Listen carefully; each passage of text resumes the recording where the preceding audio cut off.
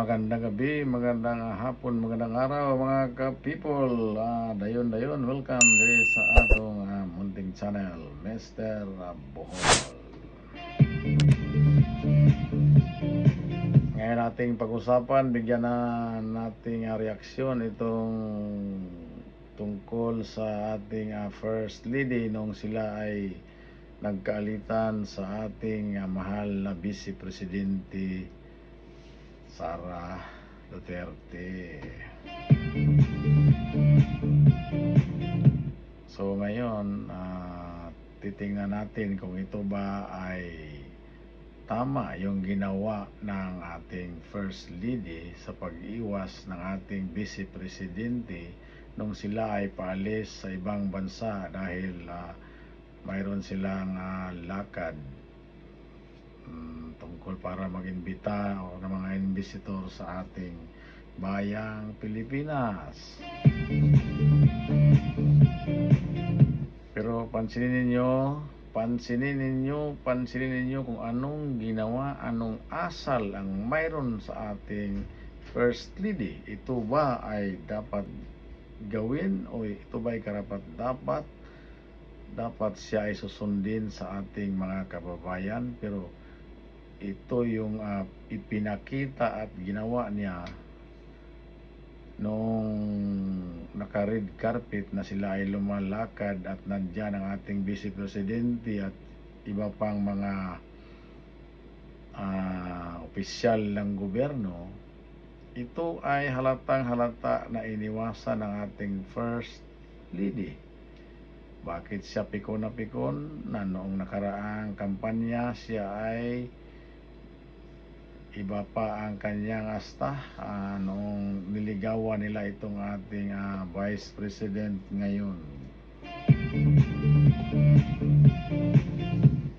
Parang halos na mabaluktot o mabali na yung liig sa kaligaw sa pamilya Marcos kay VP Sara. Tapos ngayon na sila ay nananalo na at nakaupo na diyan sa Malacanang o nakapwesto na sa ating gobyerno, ay biglang nagbago ang kanilang mga ugali.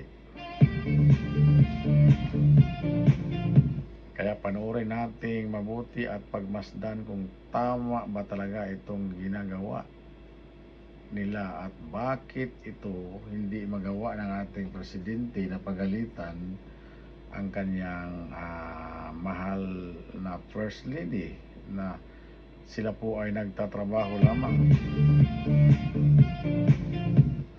Kaya minsan tuloy ay may tanong natin sa ating sarili na ang ating presidente ay lalaki ba o babae ba o sino ba talaga ang presidente? Si PBBM ba o ang First Lady natin? Napakalaking bagay na dapat nating malaman kung ano ba talaga ang tunay na mga ugali sa nakaupo ngayon. Kasi yan ang pagbasihan at susundin ng ng kanilang mga taga-gabinete. Siyempre kung sinungaling sa taas, hindi maganda yung asal, ganun din ang gagawin ng kanilang mga gabinete. 80% o 80% po yan mga ka-people.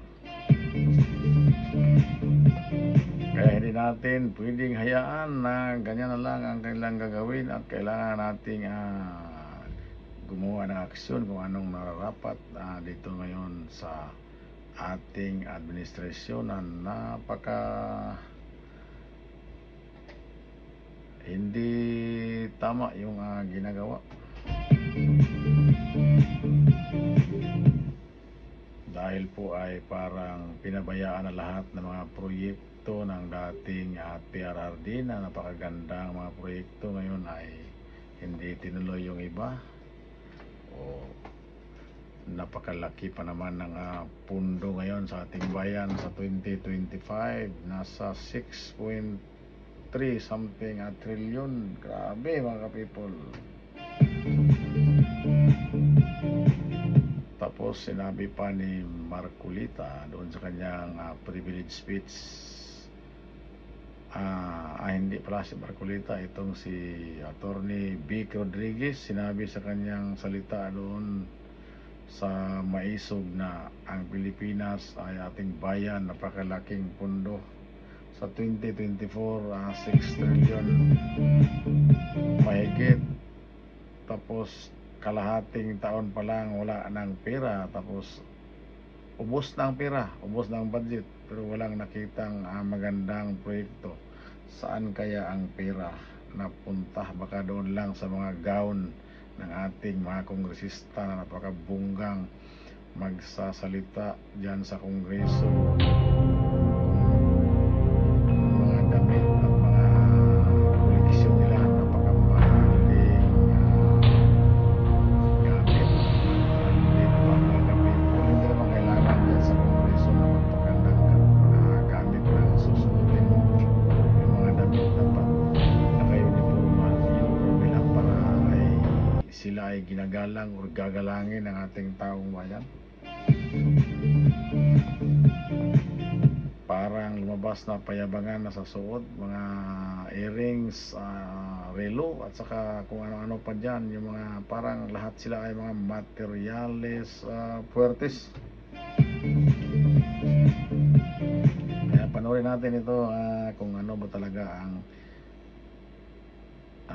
nangyari sa First Lady, parang umiiwas kay BP Sara.